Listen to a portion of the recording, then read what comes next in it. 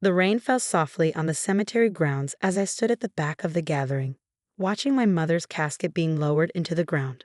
My sister Victoria, always the center of attention, stood at the front, dramatically dabbing her eyes with a monogrammed handkerchief. She'd arranged everything: the expensive mahogany casket, the elaborate flower arrangements, the catered reception at her mansion. Everything except paying for it.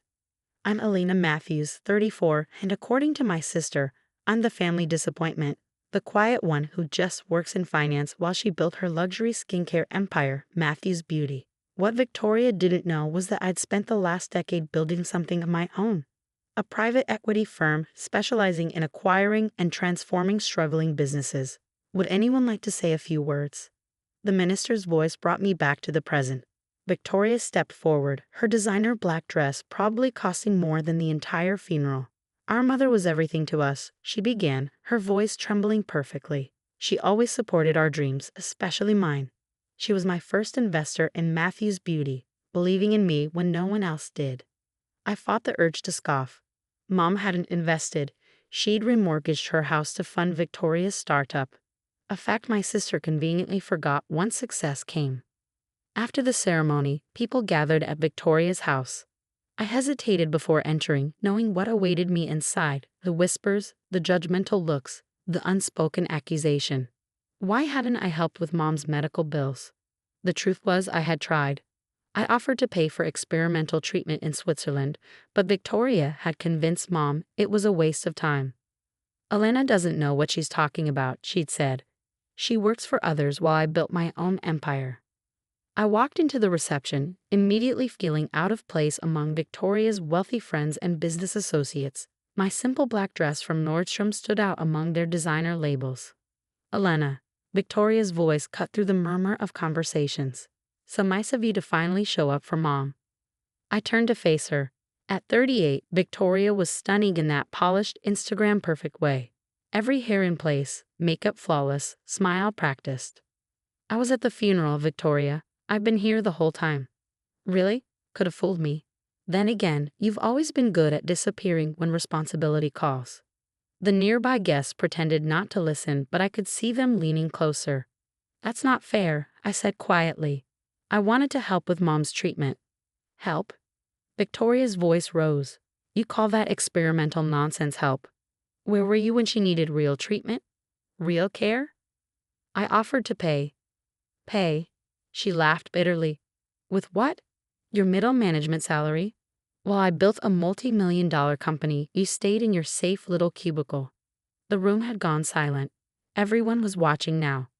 Victoria, this isn't the time. The slap came out of nowhere, the sound echoing through the quiet room. My cheek burned as Victoria stood there, hands still raised. You're worthless, she screamed. You couldn't even pay for Mom's treatment. You let her die. I touched my cheek, feeling the heat of the impact in the eyes of everyone in the room. Some looked shocked. Others seemed almost satisfied, as if I deserved it. Get out, Victoria hissed. Get out of my house. You're not family. You're nothing. I looked around the room, at the faces I'd known for years, the people who'd watched us grow up. Not one person spoke up. Not one person defended me. Without a word, I turned and walked out. But as I reached my car, I pulled out my phone and made a call. James, it's Elena. Remember that analysis you did on Matthews Beauty? I want everything: financial reports, market position, debt structure. Everything. Sure, boss. But I thought you said it was too personal. That was before. Things have changed. As I drove home, my cheeks still stinging, I smiled. Victoria had always underestimated me, seeing only what she wanted to see. She had no idea that my safe little cubicle job was actually me running Eclipse Capital, one of the most successful private equity firms in the city. And she definitely didn't know that her precious Matthews Beauty was in trouble. Big trouble. Over the next few weeks, I buried myself in work, analyzing every aspect of Victoria's company. The picture wasn't pretty. Despite its glamorous facade, Matthews Beauty was drowning in debt. Victoria's extravagant lifestyle and poor business decisions had left the company vulnerable.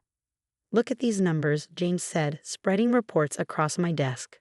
They're behind on payments to suppliers, customer complaints are up 300%, and their main manufacturing partner is threatening to pull out.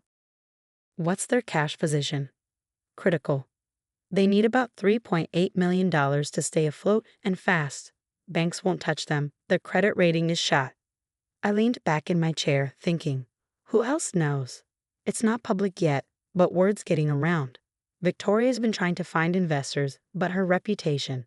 I nodded. Victoria's diva behavior and treatment of business partners was legendary. No serious investor would risk their money on her. What about their brand value? James pulled up another report. Still strong.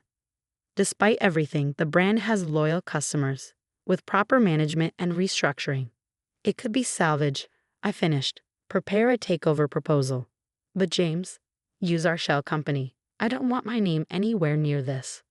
The next day, Victoria received a letter from Blue Harbor Investments, one of our acquisition vehicles, expressing interest in buying Matthews Beauty. The timing was perfect. That morning, their biggest supplier had publicly announced they were cutting ties.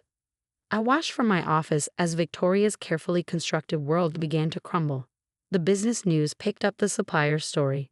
Matthews Beauty's stock price plummeted. Customers began questioning product availability. Victoria's assistant, whom we quietly approached, kept us informed. Victoria was desperate, calling every contact she had, but no one would help. Her reputation had finally caught up with her. 2 weeks after Mom's funeral, Victoria received another letter from Blue Harbor Investments. A formal offer, $3.8 million for full ownership. Far less than what the company was worth at its peak, but more than fair given its current state. The assistant forwarded us Victoria's reaction, a thrown vase, screaming, finally tears. But she had no choice. Bills were piling up, employees were nervous, and products weren't being manufactured. The day of the signing, I watched through the security cameras as Victoria entered our lawyer's office. She looked different, tired, stressed, her designer outfit slightly wrinkled. She didn't know she was in my building, sitting in my company's conference room. Ms. Matthews, our lawyer began, you understand that by signing these documents, you're transferring full ownership of Matthews Beauty to Blue Harbor Investments. Victoria nodded stiffly. I understand. But what about my role? I'm still the face of the brand. The new owners will make those decisions after the transfer is complete. She signed the papers, her hand shaking slightly. As she stood to leave, she asked one final question. Will you tell me who they are? The new owners. The lawyer smiled politely. They prefer to remain anonymous for now. After she left, I stepped into the conference room and picked up the signed documents. My sister's signature was right there, unknowingly signing her company over to me. Should we tell her? James asked. Not yet, I replied. First, we fix the company. Then we'll see about fixing the family. That night, I sat in my office looking at 2 photos on my desk. One was of Mom, taken before she got sick, smiling and full of life. The other was of Victoria and me as children, arms around each other, both grinning without a care in the world. I'm sorry, Mom, I whispered. But sometimes, lessons need to be learned the hard way. The next phase of my plan was about to begin, and Victoria's education in humility was just getting started. The transformation of Matthews Beauty began immediately. As the new owner, my first action was to audit every aspect of the company. What we found was worse than expected. Victoria hadn't just been negligent, she'd been reckless. Look at these expenses, James said, spreading documents across my desk. Personal shopping trips classified as market research. A vacation home in the Hamptons listed as a corporate retreat facility. She even charged her dog's rooming to the company account. I rubbed my temples. What about the actual products? That's the interesting part. The formulas are solid. The problem was manufacturing and distribution. Victoria cut corners to fund her lifestyle, which led to quality control issues. A week after the takeover, I decided to visit the Matthews Beauty offices incognito. Dressed in a simple business suit, I introduced myself as Elena Parker, the new CEO appointed by Blue Harbor Investments. Victoria's former assistant, Sarah, gave me a tour. It's been chaos since Ms. Matthews left, she confided. Nobody knows what's happening and morale is low. And Victoria? Has she tried to contact the office? Sarah nodded. Every day. She keeps demanding to speak to the new owners. Yesterday, she showed up drunk, screaming about her legacy being stolen. I made a mental note to increase security. The employee meeting I called that afternoon was revealing. Years of Victoria's toxic leadership had left the staff demoralized. But they were talented. They had ideas, innovations Victoria had dismissed because they weren't glamorous enough. From today, I announced, things will be different. Merit, not favoritism, will drive decisions. We're investing in quality control, employee training, and product development. The hope in their eyes was palpable. That evening, as I was leaving the office, my phone buzzed with a text from Victoria. "Whoever you are, you're destroying everything I built. Show your face, coward." I smiled and deleted the message. The next few weeks were intense. We overhauled the manufacturing process, negotiated with suppliers, and launched an internal review of all products. The company began to stabilize. Then came the video. Victoria, clearly emotional, posted a tearful Instagram story. "They stole my company, my dream. These vulture capitalists don't understand beauty, don't understand what Matthews beauty means to people." The post went viral in our industry circles. Comments flooded in, mostly supporting Victoria, until our PR team released a simple statement. Matthews Beauty's new management is focused on quality, sustainability, and employee welfare. We've discovered concerning practices under previous leadership, including misappropriation of funds and compromised product safety standards. Our priority is protecting our customers and employees. Attached were selected documents showing Victoria's mismanagement. The tide of public opinion quickly turned. That afternoon, I received an unexpected visitor. Victoria's ex-husband, Michael, who had served as the company's CFO before their divorce. "Elena," he said, stepping into my office. "I heard rumors that Eclipse Capital was behind the takeover, but it was you all along, wasn't it?" I hadn't seen Michael since the divorce 3 years ago. He'd always been kind to me, even when Victoria wasn't. "How did you figure it out?"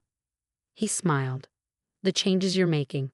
They're exactly what I tried to suggest years ago, before Victoria fired me for questioning her vision."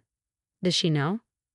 "No, she's too caught up in her own narrative to see what's right in front of her." He paused. "The slap at the funeral. I saw the video. Someone posted it online." I froze. "What?" "One of the guests recorded it. Victoria's been trying to get it taken down, claiming it makes her look bad." He laughed bitterly. "She still doesn't understand that her actions made her look bad, not the video." I opened my laptop and found the clip easily. There I was, standing quietly while my sister screamed and slapped me. The comments were brutal, many recognizing Victoria as the CEO who had just lost her company. "Are you going to tell her?" Michael asked. "Eventually, but first I want her to learn something about value, real value, not just market value." He nodded. "Well, if you need any insight into the company's history, call me. I kept detailed records." After you left, I sat in silence, thinking about our conversation. Victoria had always surrounded herself with people who could help her succeed, like Michael with his financial expertise, but she discarded them all, believing she was the only one who mattered. The next morning, Sarah rushed into my office. "Miss Parker, there's a situation downstairs. Ms. Matthews is here, with reporters." I checked the security feed. Victoria stood in the lobby, surrounded by cameras, giving what appeared to be an impromptu press conference. "And I demand to speak to the real owners. They're hiding because they know what they did was wrong. This company is my life." I pressed the intercom. "Security, please escort Ms. Matthews and the media off the premises. Remind them this is private property." As they were let out, Victoria looked directly at the security camera, as if she could see me. Her expression was pure hatred. "It's time," I said to James, who had been watching silently. "Prepare the presentation for tomorrow's board meeting. Include everything, the audit results, the turnaround plan, and our new corporate structure."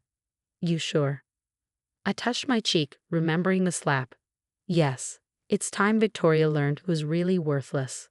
The board meeting was scheduled for 9 a.m.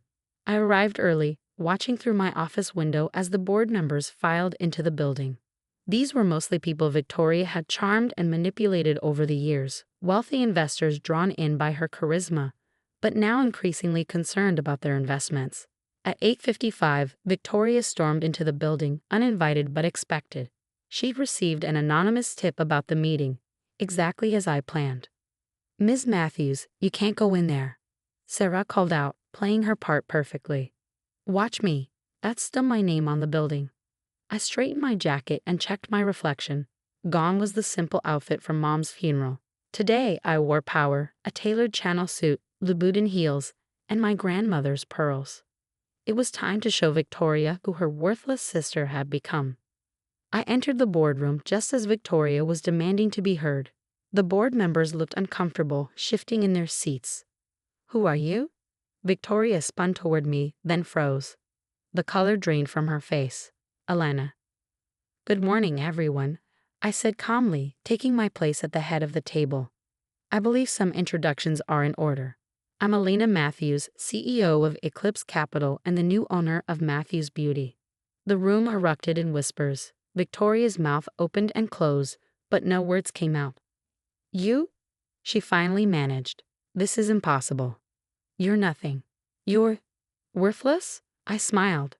"That's what you said at Mom's funeral, right before you slapped me. Would anyone like to see the video?" James dimmed the lights and played the clip on the presentation screen. Victoria watched in horror as her actions were displayed for the entire board. "Now," I continued after the video ended, "let's discuss the real reason we're here, the audit of Matthews Beauty under its previous leadership."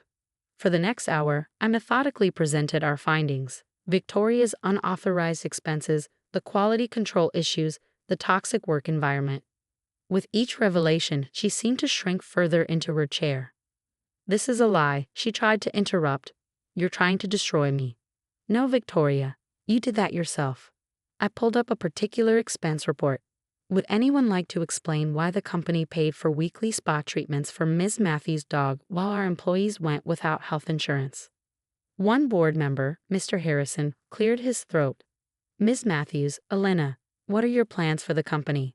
I clicked to the next slide. "Full restructuring. We've already implemented new quality control measures. Employee benefits have been restored. Our manufacturing partnerships are being rebuilt. In just 3 weeks, we've cut unnecessary expenses by 60% while increasing production efficiency by 35%. Victoria suddenly stood. "This is my company, my name. You can't just." "Actually, I can, and I did. Legally and fairly." I turned to face her directly. "Remember Mom's funeral? How you said I couldn't even pay for her treatment? Let me tell you what really happened. I offered to pay for everything. The experimental treatment, the best doctors, all of it. But you convinced her it wasn't prestigious enough. You wanted her to stick with your chosen doctors, the ones who made you look good at charity events." The board members stared at Victoria now, seeing her in a new light. "And while you were building your empire," I continued, "I was building something too. Eclipse Capital has acquired and transformed dozens of companies. We have a 92% success rate in turning around failing businesses. Matthews Beauty is just the latest addition to our portfolio." "Why?" Victoria's voice was barely a whisper. "Why did you do this?" "Because sometimes the only way to help someone is to take away everything they hide behind." I softened my tone slightly. "You're talented, Victoria. Your original product formulas prove that. But you lost your way, thinking success meant crushing others, including your own sister." Mr. Harrison spoke again. "What role will Ms. Matthews have in the company moving forward?" I picked up a folder from the table. "That depends on her. Inside this folder is a proposal, a position in product development. No management responsibilities, no public role. Just focusing on what she actually does well. The choice is hers." Victoria stared at the folder like it might bite her. "You expect me to work for you, my little sister?" "No, I expect you to work for Matthews Beauty, the company Mom remortgaged her house to help you start. The choice is yours. Stay and rebuild or walk away with your settlement." The room was silent as Victoria picked up the folder with trembling hands. She opened it, read the first page, then looked up at me with tears in her eyes. "The salary. It's less than what I spent on handbags last month. It's a fair market rate for the position, plus performance bonuses if products succeed." I paused. "It's a chance to earn back respect, Victoria. Real respect, not fear or manipulation." She sank back into her chair, clutching the folder. For the first time since we were children, I saw my sister's mask completely fall away. I need time to think," she whispered. "Take the weekend, but Victoria?" I waited until she met my eyes. "This is your only chance. On Monday, Either show up ready to work and learn, or don't show up at all. As the board members filed out, many stopping to congratulate me, Victoria remained seated, staring at the proposal. Just before I left the room, she spoke. Elena? I turned. The slap at the funeral. Save it, I said quietly. Show me you're sorry through actions, not words. That's what Mom always taught us, remember? As I walked back to my office, I felt lighter somehow. The past 2 months had been about more than just business. They'd been about finally standing up for myself, for the truth, and maybe, just maybe, for the sister I used to know before success poisoned her. Now it was up to Victoria to decide who she really wanted to be. Monday morning arrived with a sense of anticipation. I stood at my office window, watching the early arrivals stream into the building. At exactly 8:55 a.m., a familiar figure approached the entrance, Victoria, dressed simply in black slacks and a white blouse, carrying a small laptop bag instead of her usual designer tote. She'd made her choice. The first month was awkward. Victoria struggled to adjust to her new role, working in a small office in the product development department. No assistant, no executive privileges, just her and her formulation skills. I watched through security cameras as she initially sat alone at lunch, other employees avoiding her after years of her tyranny. But slowly, things began to change. Miss Matthews, Elena, Sarah reported one afternoon. The development team says Victoria's actually helping. She stayed late with Amy, perfecting a new serum formula. I nodded, unsurprised. Before money and fame corrupted her, Victoria had been brilliant at product development. It was why Mom had believed in her so strongly. 3 months after the takeover, I received an unexpected delivery, a small box with familiar handwriting. Inside was Mom's old recipe book, filled with her homemade beauty remedies that had inspired Victoria's first products. A note fell out. Elena, remember when we used to help Mom mix these in the kitchen? Before I forgot what mattered, I found this while clearing out my condo, downsizing. Turns out I don't need 6 bedrooms. Some of these could make amazing natural product lines. If you're interested.